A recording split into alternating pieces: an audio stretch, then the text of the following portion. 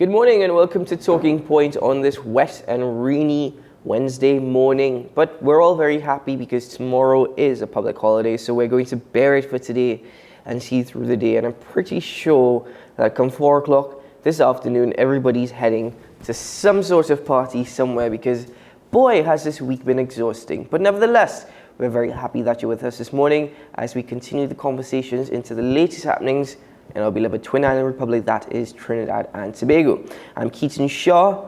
Good day, and alongside me is my co-host, my colleague, Mr. Sean Michael Small. Good morning, Sean. Good morning, Keaton. And I don't know about you, but I'm much rather feeling chill than feeling baked. So right now, I'm not too concerned about the weather, only, of course, if it leads to flooding. That's the main concern. Although that's a hell of a thing for a country to look up at rain. And we're not even necessarily talking about a lot of rain. We're just talking about rain, and we need rain. We need rain as a source of fresh water.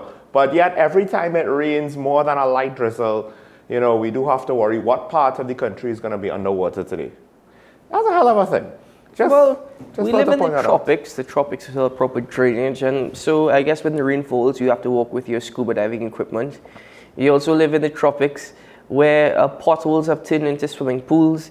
And so, Trinidad is really a unique place, a unique environment. We're not pothole paradise, we're Lake Road paradise. Well, Lake Asphalt has turned into Lake Road because obviously we don't even know where the roads are sometimes. But anyway, alongside us via Zoom this morning is our guest commentator. She's smiling this morning, Miss Karen Nunes Teixeira. Good morning, Karen. Keaton, I can't help smiling. That was really a good one. And good morning to you, Keaton. Good morning to you, Sean. And good morning to your viewers. Happy to be here with you on a wet, not windy, but wet Wednesday. And I just wanted to say that since tomorrow is a public holiday, this may be the beginning of a long weekend for some people who decide that Friday is also another public holiday. Oh yes, it certainly is the beginning of a very long weekend. I'm looking forward to Friday morning because Sean and I will be back out and we probably wouldn't face much traffic because, the weekend starts on Wednesday. But Sean, there's a lot happening here, a lot to actually try and dissect, and obviously we can't get everything done today. But one of the topics that we touched on previously with Karen was the Heritage and Stabilization Fund. And we want to get further into that conversation because we still have some questions. It has been stated that as of May of this year, the Minister of Finance, Colum Imbert, dipped into the HSF 8 times in 2021. But there's been only one deposit of about $153 million. Karen, the HSF has become crucial to the conversation simply because of not only what we heard from the Minister of Energy and Energy Industries during his conversation on CNN, but also what we heard from the Minister of Finance in his mid-year budget review, and then stating that there will be no deposits in the HSF.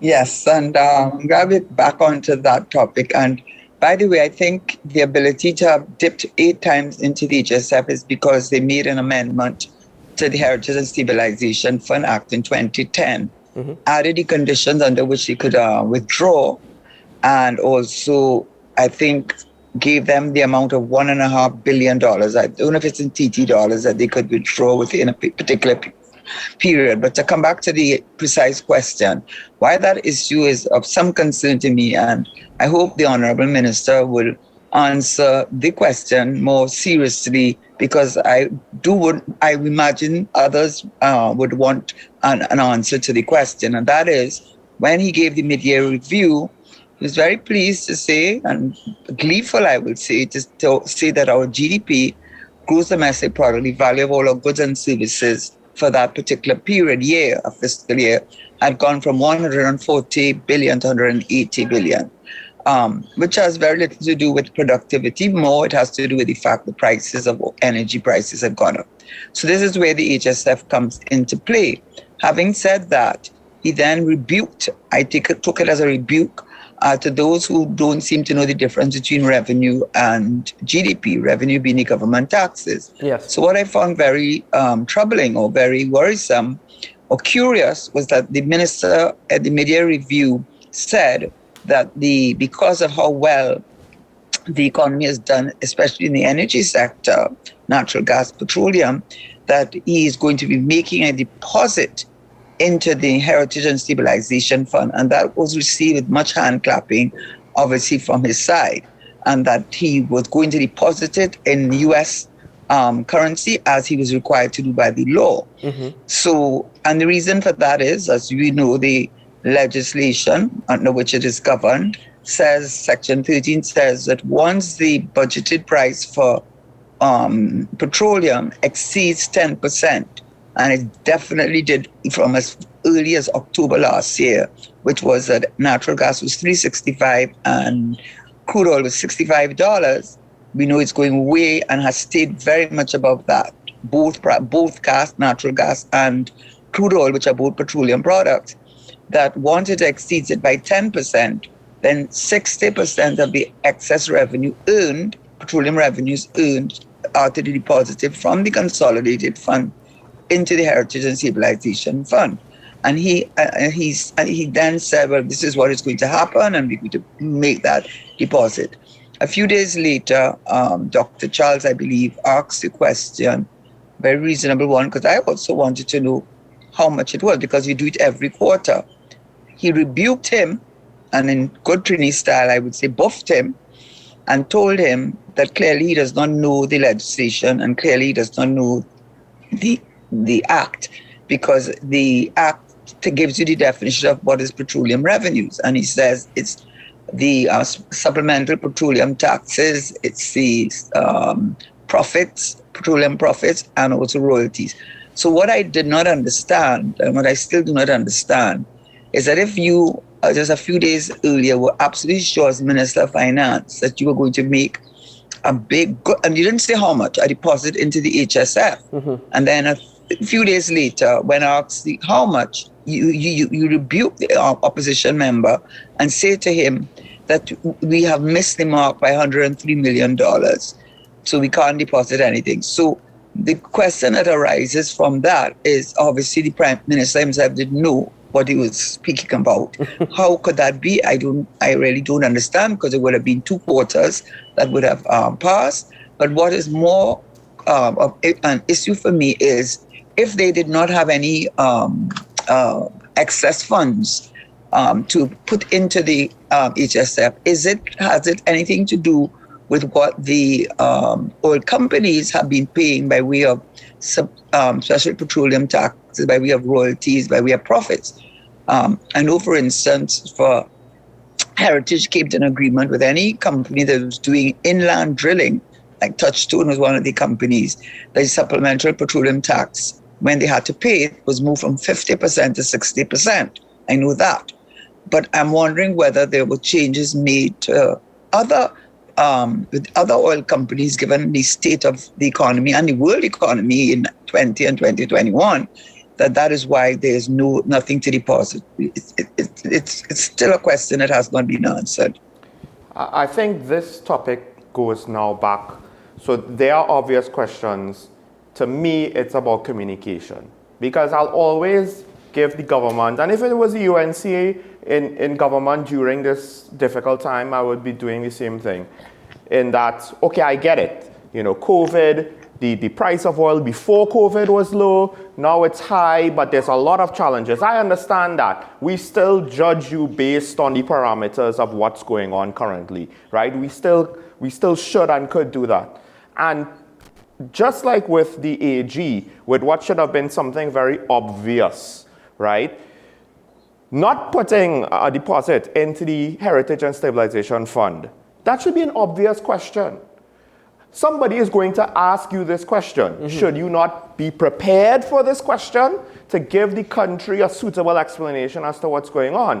The lack of being prepared. And notice, it's similar to what you mentioned that the Minister of National Security did. When the Minister of National Security basically lambasted the opposition senator for asking a question and saying what a foolish question it was, when to us it seemed like a very basic question. And the Minister of Finance is again, well, it seems as though I don't have an answer, I am not prepared, so I will try to degrade you or to make you look bad with language that is technically has nothing to do with what's going on, or angles that has nothing to do with what's going on, in order to get us away from the question, because I am defensive. So it's the communication on this matter is critical as well, because the confidence in the economy, as we have pointed out, comes from the Minister of Finance and what he says. And when he's being inconsistent and he sends mixed signals, things are looking great, we can anticipate great things, we're able to do all these things, but, well, we can't really do these things because we don't have the money for it. Which one is it? You can't literally tell us that we're going in both directions at the same time whenever the mood suits you. So they need these sort of things with government. It's even more important that he has the ability to communicate the issues than for ministers to even be proficient in all of the various technical minutiae. Because you have a permanent secretary, you have all of the technical experts for that, right? You're not gonna, half of the ministers are lawyers. They're not farmers or engineers, right? The Dr. Keith Rowley's a volcanologist. That has no direct translation to running a country. We don't disqualify him for that, because that's not the point. The point is you're the elected representative, you need to have the leadership, the analytical and communication skills, right? And right now, and by the way, Minister Imbert is not a financial expert, he's not a banker, he's not an analyst, he's not an investor from what I understand. Yes, he's a businessman and whatever, but his background is not in finance. He's a civil engineer. He's a civil engineer. With not a very great reputation behind him. Right. So at the end of the day, the most important thing, yes, it's nice if a doctor is the Minister of Health, and yes, it's nice if someone that is high up in financial accounting is the Minister of Finance. But you have technical experts to help you with that. What you don't have someone to hold your hand for is how to communicate these things. And as you've pointed out, Keaton, his words will carry weight, the confidence. A lot of depressions in economies are just due to lack of confidence. That's how you get run on banks. That's how you get money not to stop circulating, and people holding on to it and putting it in a mattress because they're afraid. Well, so I mean, a great amount of our population is actually unbanked, simply because they believe that the banks really do not help people. The banks are very good at public relations, but bank fees are ridiculously high at this point in time. I mean, any way to withdraw money from an ATM, you're charged. You know, and if it's not your branch account, you are still charged, even though it's the same bank. But back to what the Minister of Finance stated in his mid-year budget review, you're absolutely right, because I didn't expect the Minister of Finance to come and paint a picture of reality. Let me make that clear. I'm not saying that he's lying and he's outright fooling us. I'm just saying he did not paint a picture of the reality, because the chair and the expressions, the sentiments of absolute I don't know. He was excited, it would seem. It seems as though he was very much on top of the world that he can share this news with us. Never translated to the realities that individuals are facing right now, that the common household is facing right now. At the end of the day, Minister of Finance is guaranteed to collect his salary at the end of the month. And he is also given certain privileges being in that position, when we don't know when our next meal is going to come. We don't know where it's going to come from. And this is the thing. So you're absolutely right in terms of his words hold weight. In terms of the Heritage and Stabilization Fund, we've mentioned it before in this program.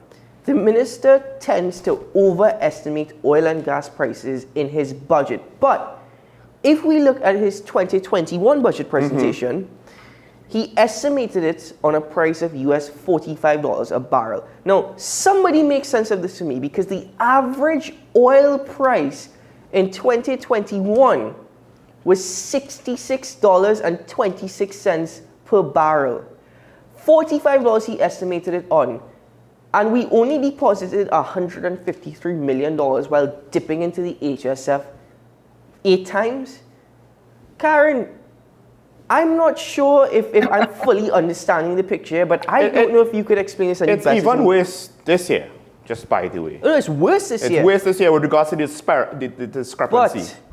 But the Prime Minister stated that them dipping into the budget not only was for COVID-19, which in itself we can dispute because TNT received a lot of funding and a lot of donations over the COVID-19 pandemic. So we could dispute dipping into the HSF. But at the same time, I'm starting to wonder, when he said it's for budget expenses, are we getting a breakdown of exactly where this money was allocated to? Miscellaneous? Oh, right. That's miscellaneous. Karen. No, I just want to make the one point. You can say as Minister of Finance, his job obviously is to paint a positive picture of the economy because he understands that the external Standards and Poor's, Moody's, and all the potential investors, foreign investors, are looking on, and they take into account what is said there. My issue with that HSF in particular was because it wasn't a guessing game. It is governed by legislation. The legislation is clear. What is the definition of petroleum revenues? Section 13 is clear what you ought to do when it exceeds 10% of your their budget for natural gas and petroleum.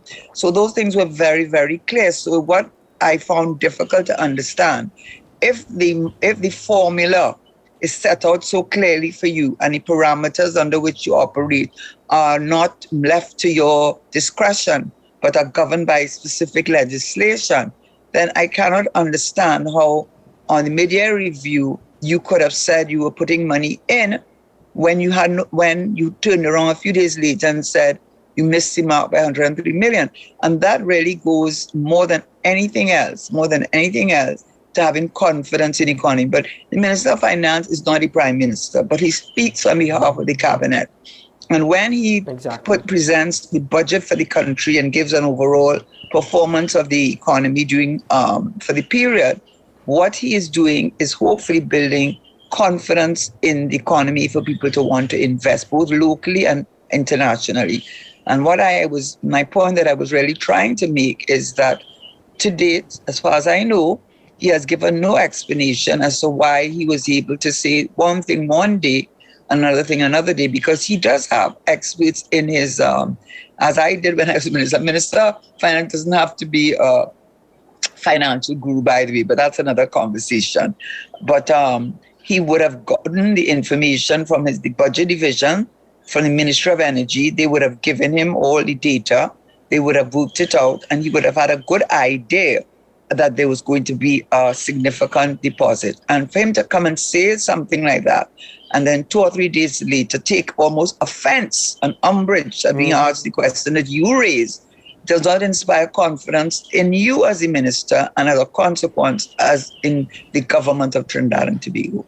That was the point I was trying to make. Right, and because, Karen, as you pointed out, this is not estimates here. It's very clear on what's supposed to be done. When it's not done, exactly, you get the reverse effect now. Instead of trying to have a positive outlook and to keep instilling confidence in people, you potentially now, make people wary. You bring up questions that unfortunately are unavoidable because this mechanism, which is supposed to be automatic, did not happen. We don't have an explanation. How could we have confidence in a situation? What's going on? The situation with the Attorney General, I think politically is a bigger deal. But on a practical level, this situation could be far more important because of the implications of what's going on. The price of oil right now is almost double what your estimates for the last budget is. How is there not significant revenue that's supposed to automatically go into the HSF and you don't have the authority to divert it without I'm pretty sure without pulling some serious levers that you would have to at least publicly acknowledge. You can't secretly do that just by, you don't have the discretion to just do it on your own, right? It has to go there. So, Sean, we'll ask the minister to give us an explanation. That's all we're asking. Well, you said one thing one day, you're saying another thing. Just tell us how you were able to make that difference and put it to rest. But as long as you're not prepared to answer it, you really are putting the question of confidence in the minister and the economy, and it's reflected in the fact that the what they call the repo rate, the rate of borrowing, is still very low because they're trying to get people to borrow, and people are not borrowing. And also you're seeing it in the liquidity. I think the central bank gave us state. I haven't read it, but I saw the highlights that usually the liquidity has more than cut in half, which means there's much less money circulating in the economy, and the persons who are investing at all are not the consumer, but a small fraction of the business community. They're the only ones making investment, but still the liquidity has been cut in half. So we are looking at an inflation, unlike America, which has inflation, but their inflation is demand pull, meaning there's too much demand to satisfy the consumers. In Trinidad and Tobago, we're looking at cost plus inflation, which is really bad, which means that people simply do not have the money or do not have the confidence to spend because they don't have anything to invest anything in the economy, and they're holding on to the $2 that they have just in case they may need it down the road. And that is a very bad signal. So when you add that together with the price of food going through the roof, and the question of unemployment, which is a whole question by itself. And then you have a minister making a mistake, which he should not have made, because the guidelines are this legislation is clear. It's not about your discretion. It only can mean, to me, and maybe you made different arrangements with the oil companies, which is why your take in revenue was much less than you would normally get, because he went to great thing to let us know that we clearly don't know the difference between GDP and revenue. Okay, so now we know that GDP is the value of all the goods and services that a country has obtained in a particular year. So it's gone up a lot.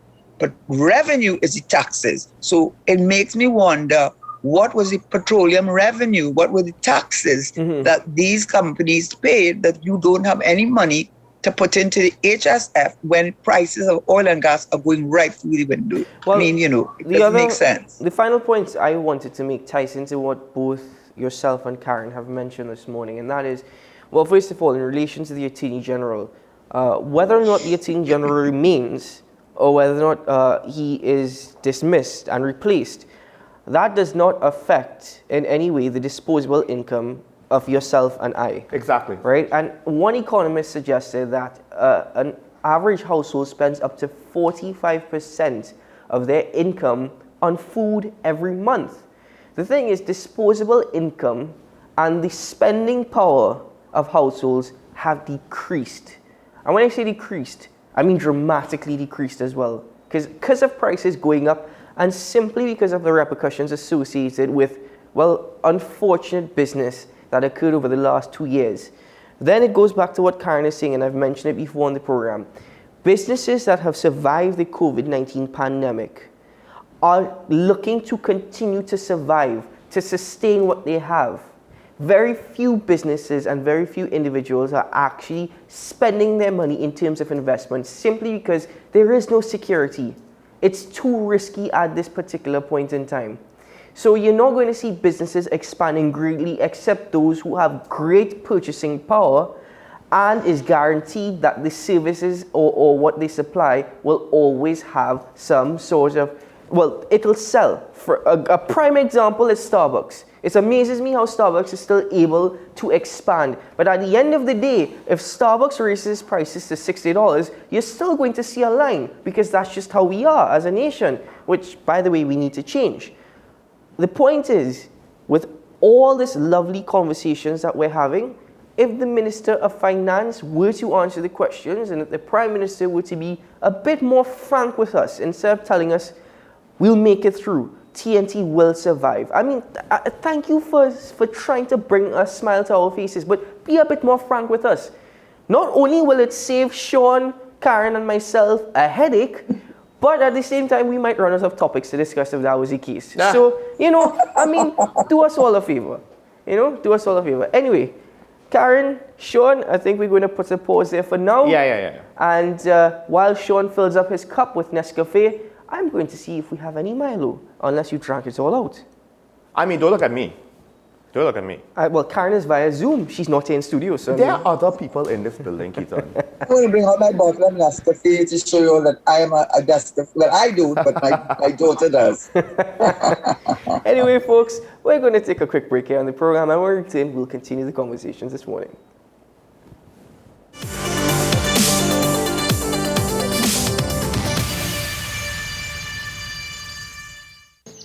It comes naturally to us. Unstoppable energy. We use it to manifest a future.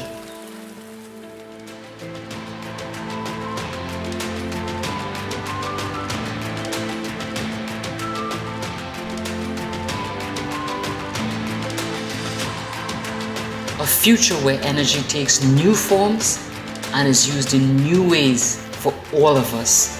The new age of energy is here.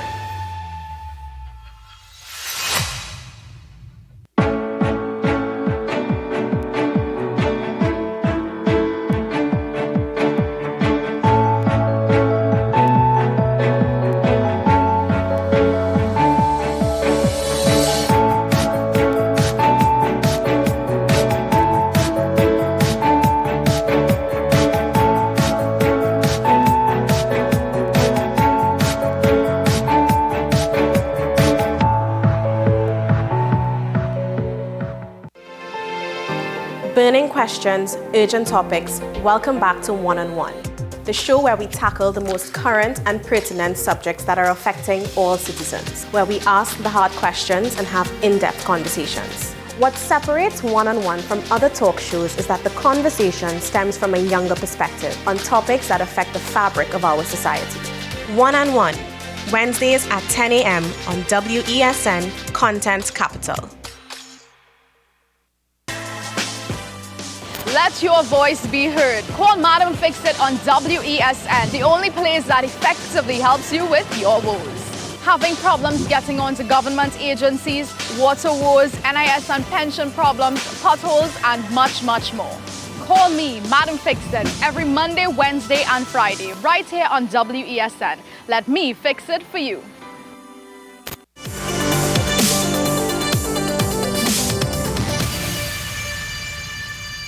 Welcome back to Talking Point. And in our last segment, while we were speaking about the HSF and the questions we had with regards to why no deposit was made, even though by what we can see, our revenues from the energy sector should be significantly higher than forecasted. One of the things that we did mention briefly as an example is the AG and the ongoing situation. It's a situation that we've pointed out, communication, or at least the obvious things should have been obvious. Preparation should have been made to avoid the situation that our now AG Reginald Armour finds himself in. And that leads us to the question of the day. Ladies and gentlemen, when you call in later after the 9 o'clock news on the hour, we want to find out your opinion. Do you think that the AG Reginald Armour should be replaced, or should he get the benefit of the doubt? Because at the end of the day, it's not as though he has a track record of poor performance. It's just that he has this one big stain, but it's not necessarily resolved yet. So call in and give us your opinion on the matter. Let's hear from you. Let's hear from the people in the street. I know that there have been a lot of opinions on this matter flying out. Of course, the opposition has been hammering the government with this somewhat successfully for once, and independent commentators have weighed in. Karen, you've also looked deeper into the situation to try to figure out the legalities of what's going on. Yes, and I just wanted to add, just to say, as I said on the other occasion, is Reginald Armour I consider him a friend. I don't see him often, but I do consider him a friend, and all the positive things that people think of him, I think they still remain in place. So it's a very unfortunate situation. But to add to what I may have said last time, having looked a little more deeply at the issue, I looked at, well, what is the basis in law for asking for the Attorney General to resign, really, and to be replaced? Because certainly Faris Al-Rawi, they didn't have a problem telling him that in midstream in a cabinet meeting, by the way, you've been sent to another ministry. So they are clearly able to do that. But the problem is the duty of confidentiality. Duty of confidentiality between yourself and a client is unqualified. It is absolute.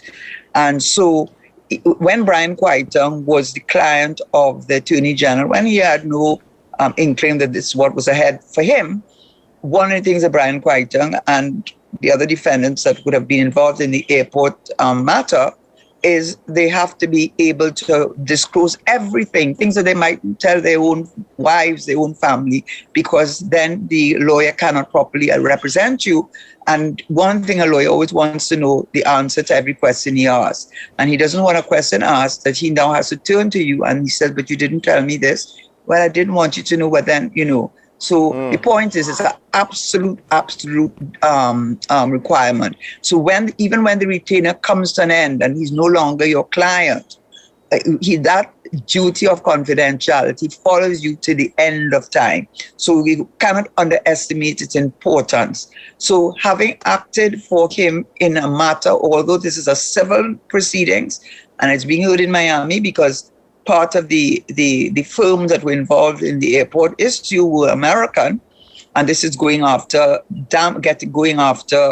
recovery of funds that were, according to the government, obtained through corrupt means. The fact of the matter, it's the same facts, it's the same defendants, it's the same issues, and therefore that would have been discussed with Mr. Amor and Mr. Quaitung when it was heard in the criminal courts in the magistrate's court.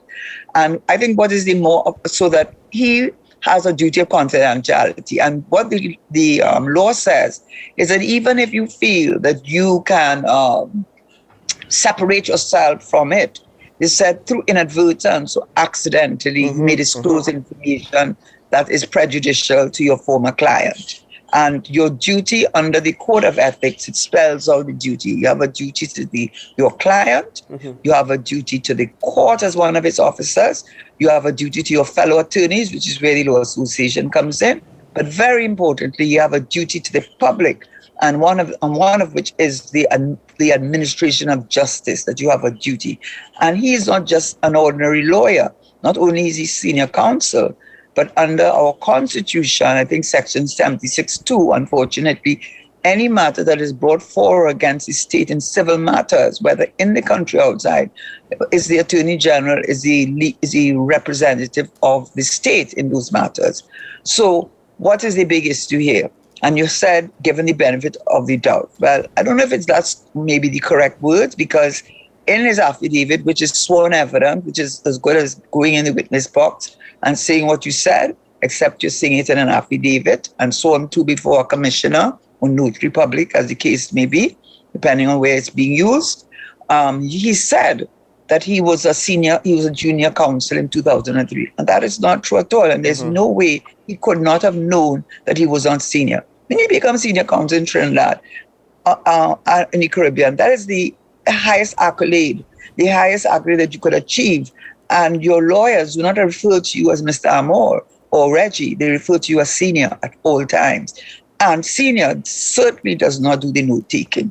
He has a team of junior attorneys who are hoping one day to become senior, if seniors pleased with them. And he is going to eventually be the one that is going to say, are the arguments solid? Have you done enough research? They are what they call the ones that do the heavy lifting and do that research. But he, at the end of the day, signs off. He, at the end of the day, advocates. So for him to have forgotten that he had represented Mr. Quaitung and cross-examined witnesses on behalf of Mr. Quaitung, and then forget that he had become a senior counsel since 2003 and had represented Mr. Quaitung in the criminal proceedings over the same issues, same facts, same factual matrix from 2005 to 2008. That's not a question about doubt. That's a question of, are those misstatements sufficiently serious to amount to something material? The Miami court certainly found so and disqualified him and his law firm. And all that it is doing is adding cost to us, we people of Trinidad and Tobago, because we have to pay off the law firm. We have to retain this new law firm. And then they're saying they're going to appeal the decision of the Miami court, which means that there'll be cost upon cost upon cost. And it's not only cost. So this is going on since 2004. Justice delayed is justice denied. Two of the defendants have already died. One was murdered allegedly by his spouse. The other one died. So the way things are going, it may be very likely that by the time this matter finally has its day in court, we may find that we may have many We may be fewer running out of defendants. defendants. I just want to add what. Not that I'm wishing that on anyone. I know, Karen. But I just launched in the trajectory. And so I don't know if you say you could give him the benefit of the doubt, because he said something that he had to have known was not true. How could you forget your counsel? So when I say the benefit of the doubt, I mean, even if it's open to even if he made a mistake, is the mistake bad enough that he has to be replaced? Now, here's what, it's amazing how he said he was a junior attorney, a sworn affidavit, because Karen mentioned that in 2003 he was appointed as senior counsel by the president. The interesting thing is that by him making that statement, it points to two things. One, I'm no judge and I'm no jury, but I'm stating it's a sworn affidavit. He either misled the courts or he himself forgot that he was appointed as senior counsel in 2003. Because the Office of the Attorney General, Ministry of Legal Affairs website clearly states he was appointed as senior counsel in 2003 by the president. And not only that, he was just doing note taking. Yeah. You were going to forget your cross-examination in the magistrate's court. And Karen, as you pointed out, the difference in roles, how do you just forget that? And so now, ironically, he has brought two questions upon himself. You could say unintentionally, but it's two. Either he is, unfortunately, this is just based off of his statements. Based off of his statements, you now have to ask, what is your level of competency, say, if you cannot remember when you were given silk, what role you played in a case. And it's not like who took the note. It's not, it's not like you had an equal division of labor. He took some notes and I took some notes. No. You are senior. You're trying to claim you're junior. Those are very distinct roles. Clerk. You're acting like a clerk. Right. Taking the notes. You're taking the notes. You're like a clerk. There's no way senior would do that. And senior's on his feet. And if he has proficiency, if he is competent, then there's a question about ethics now. And while, yes, I think what makes it tricky is it's not as though, it's not some major revelation of corruption, but we are still talking about ethics. Why did you say what you said? Why do you think it was even a good idea to say what you said? Then why do you think it's now the right move to make a vow of silence? Sean, you know what's the difference though? He is the Attorney General. And you see the legal profession, they have a code of ethics. So it's not like and all the professions, I suppose, do have that. Accountants do have it. Doctors have it. Public relations people have it. Right, but you are the attorney. But you are the Attorney General. Now, I give him this. This is the mitigating thing. I mean, it's kind of hard even for me to say what I'm saying because I do respect him a lot. I do think he is an excellent lawyer. And I do think he's one of the few people that is not arrogant and he's very approachable. But this is the way I see some mitigation. It would have been a different thing in my mind to some extent if he had come and said, listen, I want to represent the state, because the AG department, they take on Queen's Counsel in big matters. They do it all the time and have members of the SG department, assisting the Queen's Counsel from England.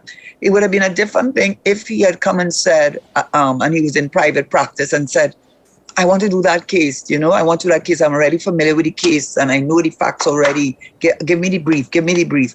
Obviously, then it would look as though he's running down the money and running down that. But he was put in a position by virtue of a fact that I don't think in 2005, 2008, up to 6 months ago, he ever thought of himself becoming the AG. And it is the Constitution that says that once you are the AG in civil proceedings, brought against the state, for or against, you are the representative.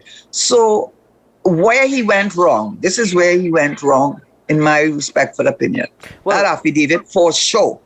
But secondly, from the very beginning, as soon as that thing came on his desk, he should have put up the Chinese wall, said, I cannot touch this, and put things in place. that he would have absolutely nothing and issue a statement. Well, but he did not do that. Well, Karen, I need to cut you there because this is the question of the day. I was just about to say, give us the question here one more time. So again, ladies and gentlemen, do you think the Attorney General needs to be replaced? And this will be the third time in, I don't know, a few months, the third Attorney General, if that happens. Or should he be given, should you, the citizen, give him the benefit of the doubt? Let's put it that way. Should you, the citizen, give him the benefit of the doubt? Or do you think, no, by your reckoning, he should be replaced? But we need to move on before we run out of time. Very have to quickly say, Niccolo Machiavelli said, politics has a morality of its own. Bassio Pani then used that term.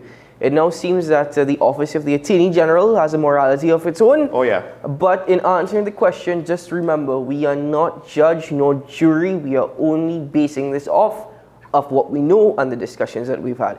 And the Law Association has yet to make a statement. No, Yeah. they made a statement last night. So they have asked for Of a the non-statement. facts. Yeah, they've asked for the facts. They're verifying it. They've asked for certified copies of the court documents. That's a whole other story. But anyway, let's move on. But let's move on. A little bit of good news here. Let's not all be negative. We do have what the Prime Minister said. He made a presentation, of course, at the 9th Summit of the Americas in Los Angeles this week.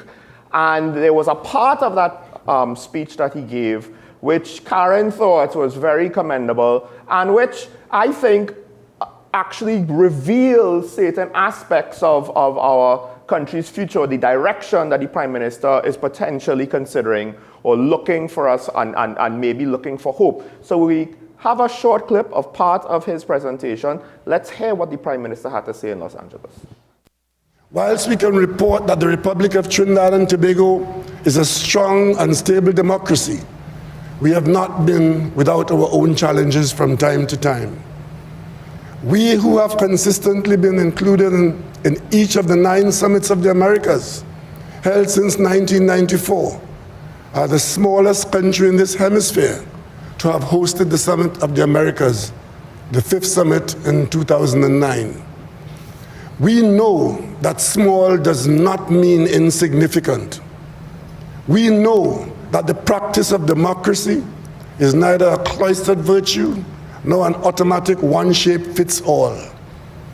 We say that if we are all to end up in that same safe place, the journey must not be truncated, and we may have to help some of our brothers and sisters along the way, but we must never abandon them. We are convinced that our inclusion in this process and respect and regard that have been accorded to our sovereign equality have contributed meaningfully to our strength and stability as a democracy and the beautiful Twin Island Republic. What we wish for ourselves, we wish for others. And as a proud member of the Caribbean community, we hope that such respect and regard would be afforded to all states within our hemisphere, including Cuba and Venezuela. The path of exclusion and sanctions has not been effective in the past and has brought us no closer to the goal of an Americas which is equitable for the ordinary citizens of our hemisphere, no matter where they live. We cannot accept without worry what is happening in Haiti as a normal existence for the population there. We who have put man on the moon and created the internet, we should be able to bring some relief to Haitian lives within these Americas. This week, we celebrate for the 9th occasion within the framework of the Summit of the Americas process, our collective commitment to multilateral cooperation as a necessary platform for the preservation of peace, the promotion of productivity, and the pursuit of prosperity in the Americas. We of the CARICOM community yesterday had the opportunity of sitting down and working with the President of the United States, the Vice President, and the Secretary of State, not just to talk about problems, but to specifically set out a work program of committees to solve the problems that we can solve now by acting after talking.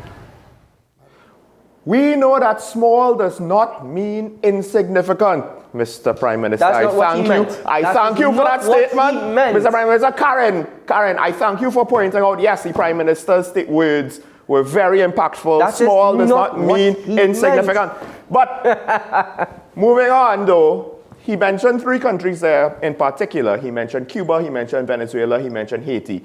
So from my perspective, I think Haiti, the Prime Minister has some genuine concerns about Haiti just off of humanitarian grounds. I don't believe there's any angle that we will benefit with regards to that situation. But he has made note of it with regards to vaccine allocations, with regards to disaster relief, with all of the perils that have hit Haiti. He has made note of it, and I was very happy for him to mention Haiti. I think with regards to Venezuela in particular, we have economic interests there. We have serious economic interests there. And with Cuba, you could say they've operated in silos, they're under strain. That also might be just pure humanitarian, although we do have interest. We have received doctors coming from Cuba. But with Venezuela, we now have to ask, because the government of Venezuela, there are ethical questions around that government. Like, I'll just put it that way. I have issues because I have in-laws living in Venezuela from Venezuela who have questions about their government that they have shared with me. However, practical reality might now say, listen, you know, realpolitik, this has to go. This has to move forward. We can't be concerned about important yet smaller things when we have bigger issues that we need to address, and exploiting energy reserves at a time when we need financial resources might just be too important. Yeah. Well, can I give my take on it then? Because it may be a little different from what you said.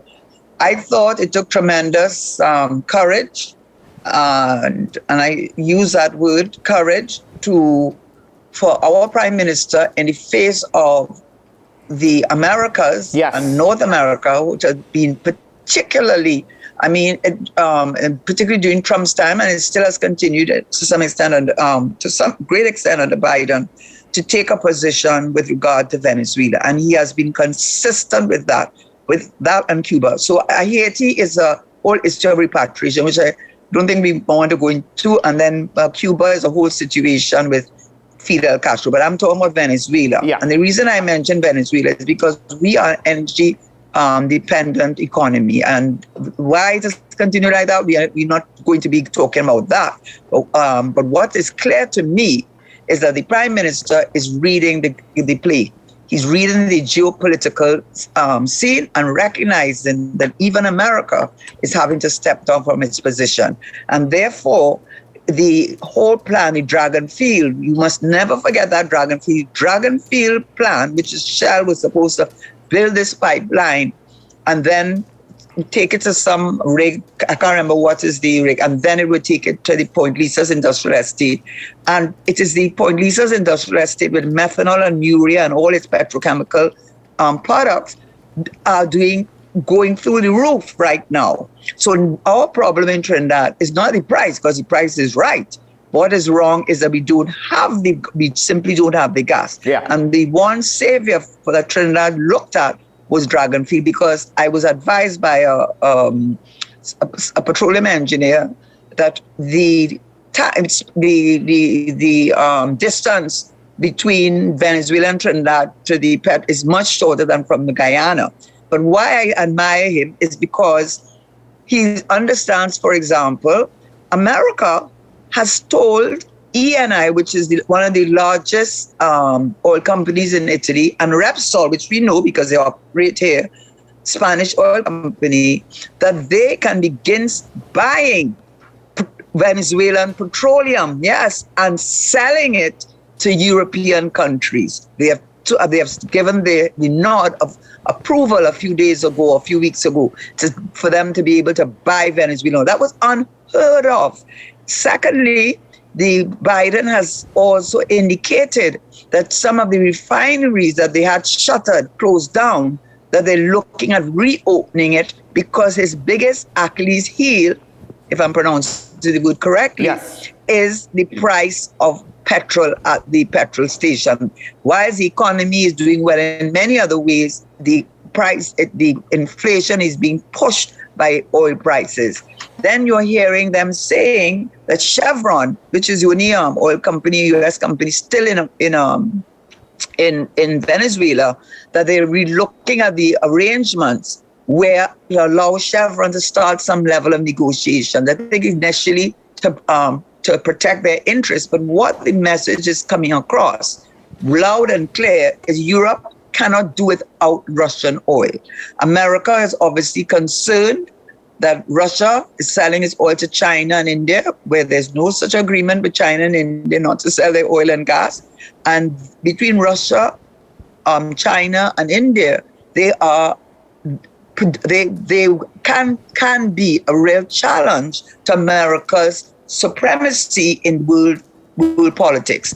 And America has had to come. And also, we read now that President Biden, is going to Saudi Arabia to meet with the prince there, who he called a pariah when that reporter was murdered. And yet he's going to meet with that prince in Saudi Arabia. Why? Because the reality is, with all the talk, the price of oil and gas is not going down, and it is in our interest now that the Prime Minister maintain the relationship with Maduro. He never said that Maduro was not the president. Well, everybody was saying that. And the other thing he never did, which I don't know if it missed people, but the fact was he was being pressured to call the Venezuelans refugees, and he would not do that. And I think the reason was because once you qualify them as refugees, it means that they are escaping political persecution, which will be from Maduro. Now, so I have to say to the Prime Minister that I am confident now that all things being equal, that the opportunity for the Dragon Field to come on board and for us to get the natural gas that we so badly need will become a reality. And it has a lot to do with the position you have taken with Venezuela, and which you articulated most recently in the United States. And for that, you have my 2 cents on this admiration. Entire topic is give credit where credit is due, and I think Karen explained it. I mean, first of all, I commend the Prime Minister because what he did there, in my opinion, people need to understand the significance of the relationship between Trinidad and Venezuela and the United States, and then Trinidad and the United States. To completely understand... You can add Trinidad and China to complicate it. Exactly, to understand why that statement was very significant on his part. Now, we understand, based off of Karen's explanation and Sean's explanation, geopolitically and economy, and in terms of our economy, why Venezuela is a great benefit to Trinidad. However, what we also need to understand is that the Prime Minister did it brilliantly. Why do I say that? Because he was not very strong, but at the same time, he was not very subtle. He was very much diplomatic in his speech because he understands the need to maintain relations with the United States at this time, as well as try and build relations further with Venezuela, and the Prime Minister in himself is trying to be a mediator between Venezuela and the United States.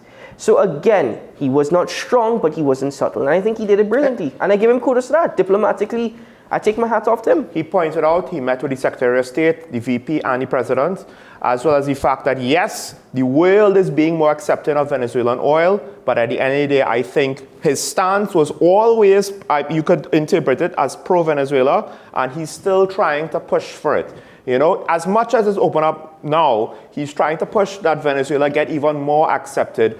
We have a stake in the matter. I get it. At the end of the day, you said it best. Politics, the court has an ethics of its own. I don't think, because we have to break for news on the hour, and I wanted to give them the question of the day before we break, but I don't think he's never changed his stance. I don't think it's been pro-Venezuela. No, he did not. I don't think it's necessarily been pro-Venezuela. But it's not been anti. It's been anti-Venezuelan sanctions. Let's put it that way. Right, That's probably the best way to put it. Sean, question today before we go for news on the hour. Should the AG, Reginald Amor, be replaced, or should he be given the benefit of the doubt? Your opinion, the viewer. We want to hear from you, hear from us.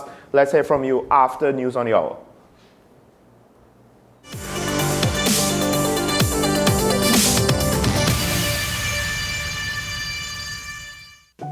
the Mary Immaculate Prayer Group and Friends presents its prayer breakfast on August 31st in aid of Monsignor Christian Pereira. The prayer breakfast begins from 9 a.m. at the Cathedral of Immaculate Conception. Cost is only $200. Come support the Cup of Gratitude in aid of Monsignor Pereira, August 31st. Tickets are available at the parish office of the Cathedral of Immaculate Conception and the parish of Our Lady of Perpetual Help.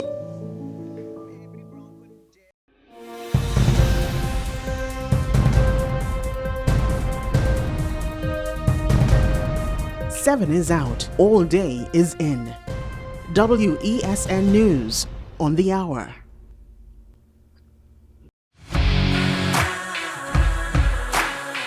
Every day, we communicate through stories. Stories of ourselves, our challenges, our goals, our experiences, and our aspirations.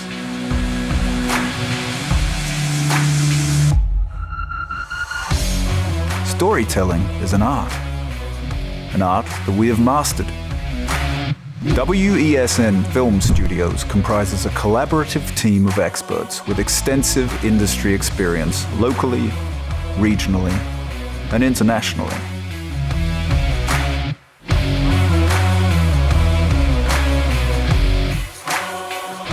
The ability of your business to successfully communicate with your preferred audience depends on the strength of the stories you tell. Your vision should be communicated in a high-quality, professional, and creative way.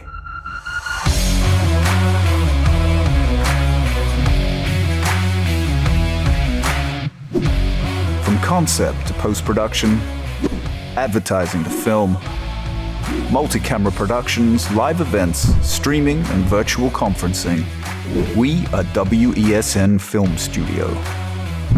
Let your own unique voice be heard and your vision realized. Call us today at 628-5835 for your next production.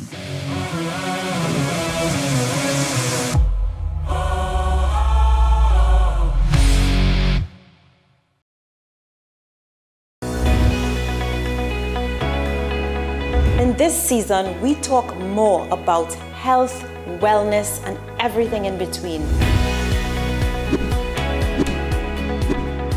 I am so excited to share with you everything about health and wellness so that you can design the life that you've always dreamed of. Join me here on What's Up Doc. What's Up Doc? Tuesdays and Thursdays here on WESN, Content Capital. Join me, Sule A. Joseph, as I delve into the day-to-day psychological issues plaguing our society.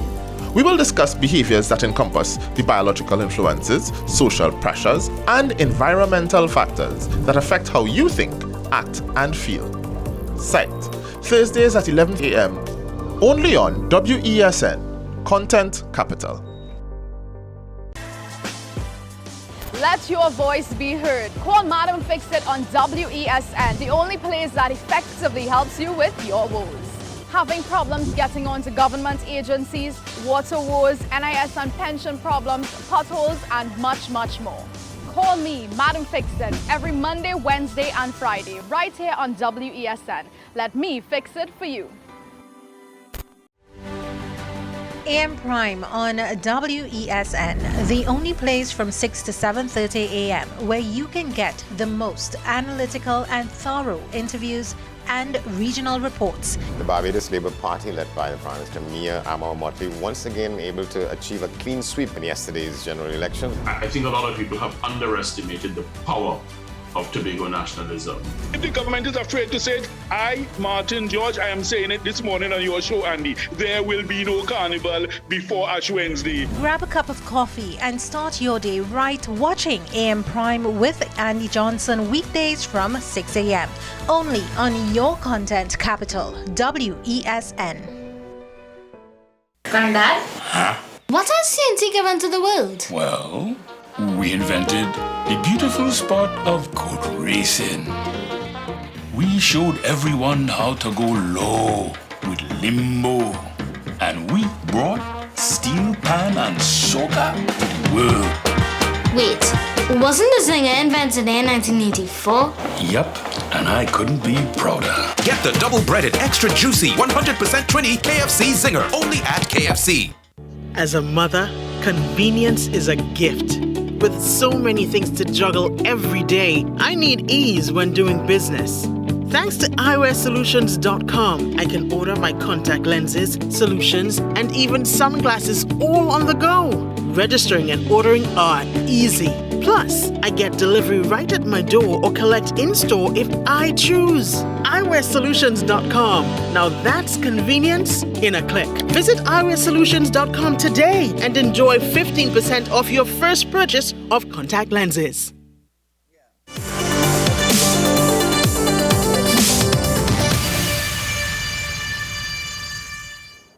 Welcome back to Talking Point here on WSN. Now, before we get to the serious business, we want to thank everybody for their continued submissions of the Funniest Dad home videos. We're looking forward to more of you sending us in, as we have tomorrow as a holiday, and then we have Father's Day on Sunday.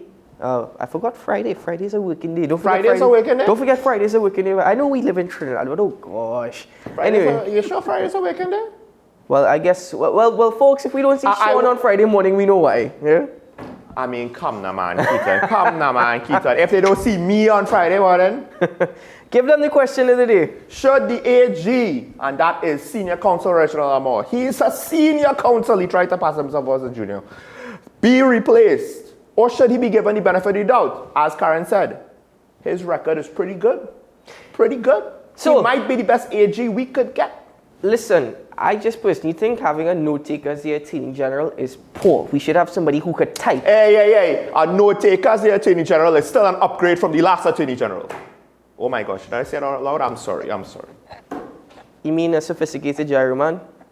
And anyway. Wow, Keaton. 623-9376. On behalf of my colleague, I apologize for that last remark. I like gyros. I like gyros. Honestly, I like gyros. Oh my word. 623-9376. There is another number up on your screen. I cannot guarantee that it's working this morning because TSTT still is TSTT. We have a call on the line with us from Claxton Bay. Good morning, caller. We do not have a call on the line with us from Claxton Bay. I'm hoping it's not technical difficulties from the other line. Just note that the new number, ladies and gentlemen, it was explained to me, you might get a message that the line is busy, as opposed to being put on hold or anything like that, because we don't want the busy signal to be on air. So the procedure might be a little bit different. So please bear with us as well as we go through this process. Anyway, the conversation around the Attorney General has certainly swung back and forth because the Law Association, as I mentioned before, the Law Association has now indicated that they are looking into this matter, but however, they want to verify facts. They're looking for certified copies of court documents, as well as the affidavit, and then once they get all that and do the investigations, they will actually give the AG an opportunity to make a statement. Well, there was a report that members of the association were looking to make a statement against the AG, basically. And that was, I believe, immediately either withdrawn or disputed by the Law Association. And it took some time for them to formulate this current response, and now they are going to look into the matter, which, as you two pointed out, is something of a non-response. I think Karen pointed out. But again, give credit where credit is due. The opposition leader actually spoke out and asked the Attorney General, the Law Association, why are you all so silent? You know, why have you all remained silent? And she was right. And I said it yesterday, I'll say it again.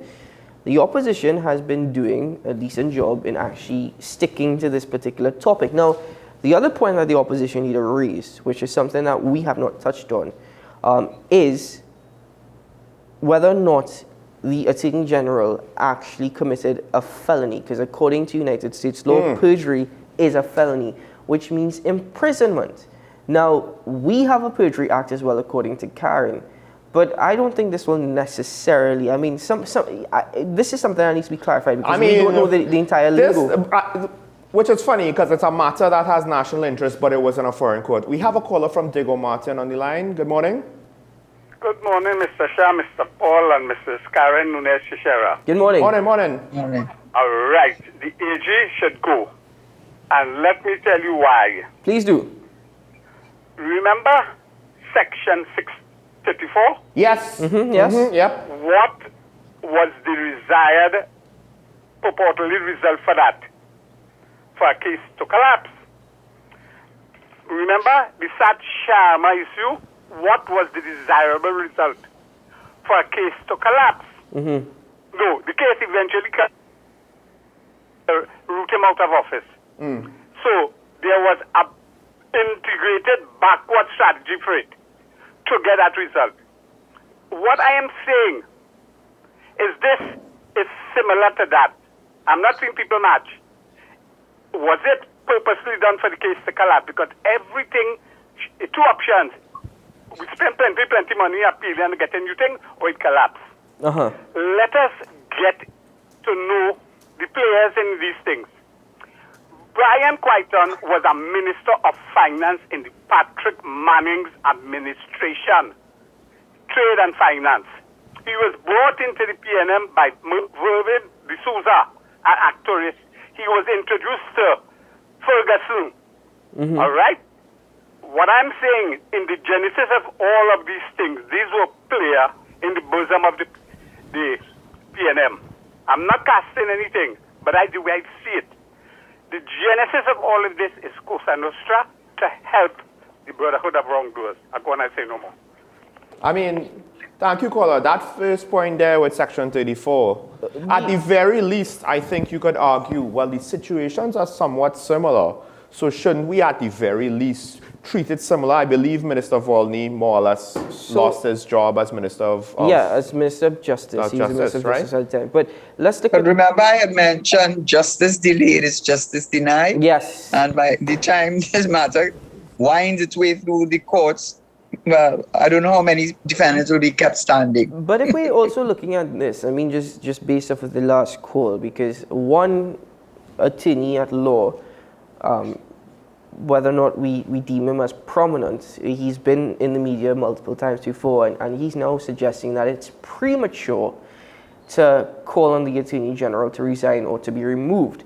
Now, the question about him basically misleading the court in relation to the sworn affidavit, an investigation will carry that out. That was what was reported by a newspaper, and well done to the journalist for that, by the way.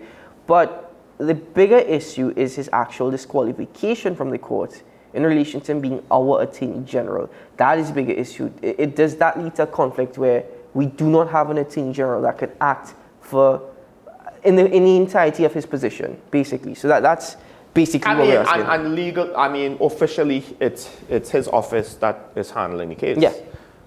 So we had a call on the line with us from Tunapuna, and unfortunately we lost the call. And by the way, I don't know what's going on.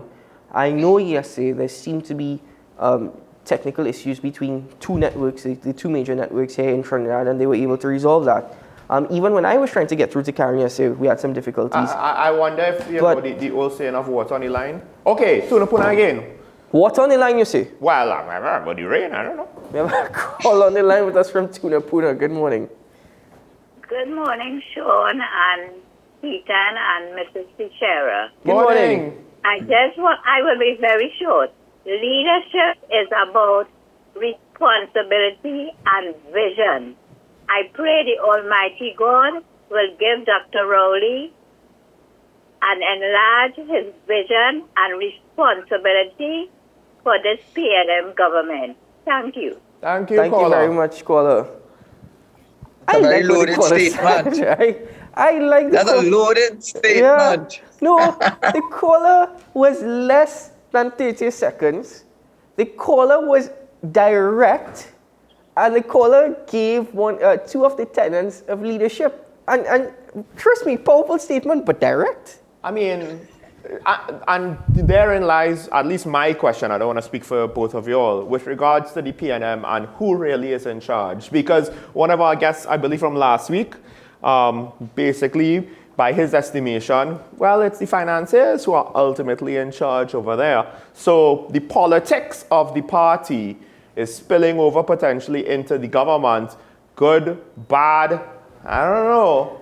We have a caller tonight. Karen is probably your favorite caller. I'm not too sure. I could be wrong. We have a caller tonight with us from Shogunas. Last time you called your shot, you missed. But this not time missing you this hit. time. This time you hit. Good morning. Good morning, Professor. Let me clarify something. I'm not sure you get yesterday what I said about cabinet minutes. Uh-huh. The decision is not confidential. That has to be communicated to people. Yes, yeah. Execute it. And was done. Yeah, no, we understood that. Okay, no problem. I didn't show the street. Yesterday you said something about the minister have too much power over things like WASA. I don't understand that. The minister can give no unlawful or improper instruction to anybody in the ministry. Right? So if he's doing that, that is not his power that he has. He is going outside of his power. Then you had a problem with the Speaker of the House. Yeah. And I don't understand what's the problem. I find she's a pretty good speaker. Would you like to give an example why you don't have confidence in our Speaker? Not right now. We've given various examples before Yeah, via video. Via video over the course of the last year. I'm sorry if we just don't have it on hand. And I'm so sorry, Professor, if you didn't see it. No, I will say this. There have been at least 2 occasions where I did commend how she handled the situation. And that was the no confidence motion into the president. I thought she handled it well. Yeah. So we acknowledge that it's not all bad, but generally she comes off biased us, generally speaking. I don't see I have never seen any evidence of that. Okay, that's fine. Fair enough. And finally, your problems with your line. That is the problem with TSTT. And TSTT is making no attempt to deal with it. It all came about when a director of TSTT went and made a questionable decision to bring a system here. And that system is the cause of all the problems. And nobody is investigating. What's the name of that system, Professor? What? What's the name of that system? I'm not hearing you. What is the name of that system that you're referring to? Because I'm not sure what you're talking about. Ampere system. A what? Ampere system? Ampere. Oh, okay. Yeah? All right. And it was a member of the board who did it, and there was no guarantees like when you normally buy a system that you will, and nobody's addressing that. They intend to fire everybody and close down the company. Any questions, gentlemen? No, Any more questions? I don't know. Well, ironically, my household uses Amplia for both phone and TV, and generally, I think we have less problems than when we were with TSTT proper. There you go. You've just given. But that is one example. That is not statistically relevant. To be fair, that is not statistically relevant. Thank you very much. Thank you, Professor. Thank you very much. Now, I have had TSTT internet. I've had TSTT phone. The phone line has given a lot of trouble in relation to the internet service. Well, it is. Put it this way, I sometimes look forward to coming to work simply because the internet in our office and the telephone lines give a lot of trouble. But it's actually still more guaranteed to have a connection here than a residential. That's bad. Yeah, it's terrible. It's absolutely terrible. You're paying for the service and you don't get it. Let's not poo-poo our own office facilities now. I'm not poo-pooing our own office. I can't believe you just make me use that term. All right? But I'm just simply stating the issue with TSTT, especially here, has been going on for the last 3 weeks. Right? Our traffic manager has been on the line to TSTT innumerable times over the last 3 weeks. And unfortunately, we still cannot get any guaranteed service or any guaranteed connection or any guaranteed correction. TSTT right now is fighting, apparently, because there have been conflicting reports. So the latest one is that the union is still opposing, to some extent, the restructuring effort and the retrenchment effort. The thing is, do we think that TSTT will be able to provide us a better service once they restructure? That would be the hope. But do we really have reasonable expectations of that in TNT? Now, I sometimes look at the argument on the part of Clyde Eller. He's the Secretary General of the Communication Workers Union. And he's indicated that the plans of TSTT is to essentially, bit by bit, break down TSTT and transfer everything across to Amplio. Now, that is similar to what happened with BWI and Caribbean Airlines, right? Essentially, when you do that, you wipe off a whole set of debt and you start over fresh, right? That's the basics of it. There's a lot more technicalities to it. So I could see his argument. Go ahead, Karen. Sorry, you're stating something? No. I was actually mentioned that we don't know, and it's also obviously speculation. But one of the things is if you intend to privatize or to sell out your business, one of the things that the potential purchaser wants is he doesn't want to take on your debt. And if you have workers that are too many workers, you don't want those workers coming over to your new business and then you having to retrench them, and you're retrenching them not for the year they work with you, but for the year they work for you and the 20 years they work for TSTT. So one of the things they usually require in order to clean to hand over the business as profitably as possible is to tell the vendor, pay off all your retrenchment, pay off those employee debts, and then we're willing to take it. So it did occur to me that this was a step, and it may not be, but it may be a step towards privatization or to selling TSTT with a clean bill of health, meaning that they weren't carrying this additional staff or having to pay retrenchment severance benefits should they want to sever any of them. And the thing is, TSTT CEO Lisa Igod has been very silent on this matter. We've gotten general media releases from TSTT, and we've heard more so from the Communication Workers Union, which is expected. But the entire thing is, we have no idea what restructuring means.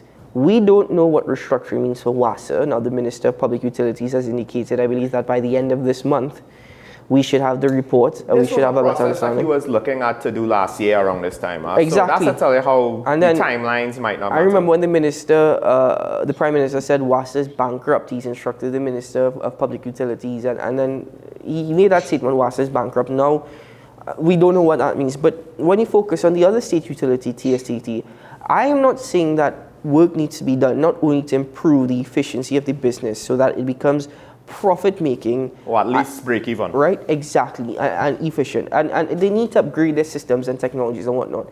Thing is that don't come to me and tell me, we're restructuring, this is part of the plan, but I have no idea what that means. 628-4578-623-9376. We have enough time for at least one more caller. Call in.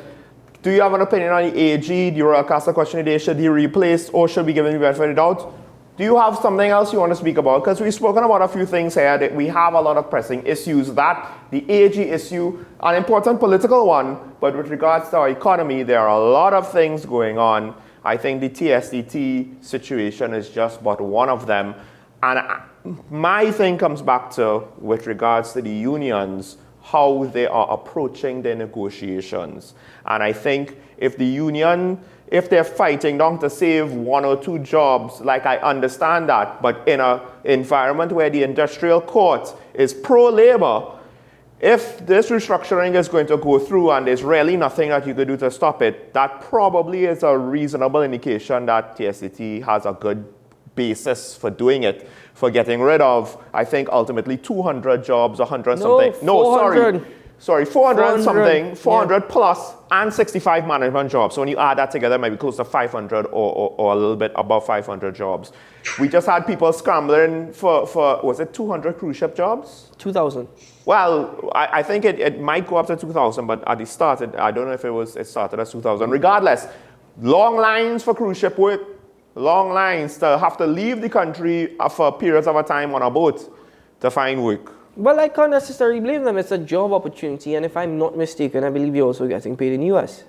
So that is also benefits to those who are getting that job. Congratulations on getting a job, and I really hope this means something for those families in terms of seeing some stability going forward. But Karen, when we look at all of these different entities that need to be restructured, basically retrenchment is going hand in hand with that because they're they're bloated. But could the economy and the country really afford for TSDT, for WASA, and for probably a whole host of other government entities to divest itself of a significant chunk of all their workers? Well, the truth of the matter is that any company, and the law is very clear on that any company is entitled to restructure and reorganize their business. And doing that restructuring, if there are 3 people doing a job that can be done by 1 because of whatever reason, and you can rationalize it and show where how that is in fact the case, that's the first step in that direction. But I think from most of the retrenchment exercises that one goes through, it's really following through the process. And it starts with the 45 days notice, which was the issue that the TSTT workers were talking firstly about giving them the 45 days notice or 45 days in lieu of 45 days salary in lieu of notice. And I think the court said they can do either one. And so it's a whole set of the process, but a company can restructure, a company can reorganize. It has to see if there are other places in which the workers can be fit in with their skill set.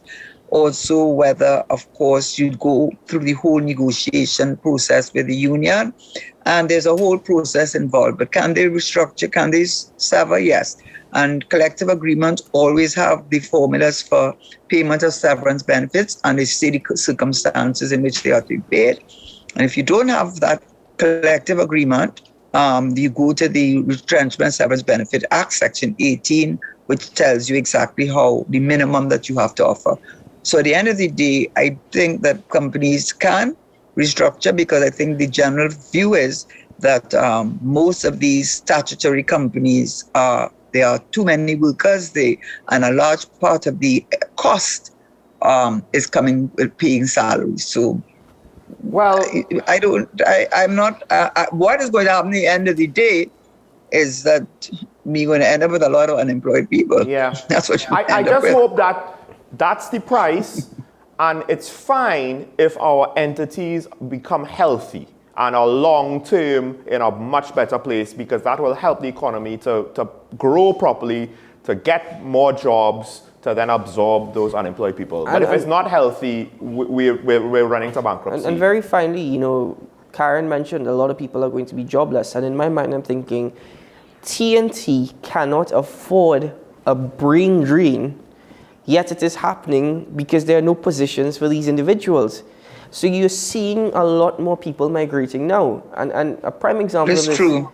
We can't afford a brain drain, but at the same time, we can't provide jobs. So it's going to happen anyway, and people are going to remain unemployed. Although I don't know to what extent a huge, the supply Just to back up what Keaton said, the CSO figures show that the number of persons, the population in Trinidad has fallen.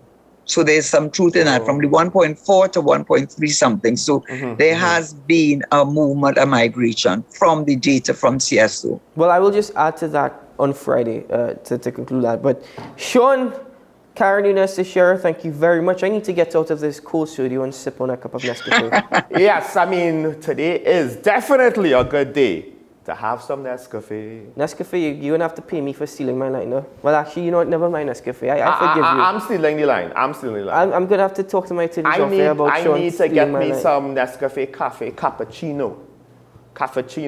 That's my favorite Nescafe. And folks, yes, I genuinely drink all these different Nescafes and enjoy them. Believe you me when I tell you that Sean, yes, we have 2 types in the office. I have a 3rd type at home. We don't even have enough time to go through what Sean... Anyway, listen, folks, it was a pleasure having you with us today. Thank you very much. Karen Nunes Teixeira, always a pleasure having you on our program. Thank you very much. My pleasure. As usual, Sean, Keaton, wonderful to be with you. And I think, as usual, very informative. Thank you, Karen. And Sean Michael Small, 1 cup. 2 cup, 3 cup done, right? That's all. We know that small does not mean insignificant. I need to carry that clip around with me, just play it, There's nothing small about Sean except his surname, right? His coffee is big, his mouth is bigger, and folks, his opinions are the biggest. Yes. Yeah. Well, brain is biggest. Anyway, I think we'll end it there. Yeah. What are you trying to say, Keaton? What are you trying to say? Let's end it there, folks. We'll see you. Is a good day to have a good day. We'll see you again on Friday morning. Friday morning. Bye-bye. Yes.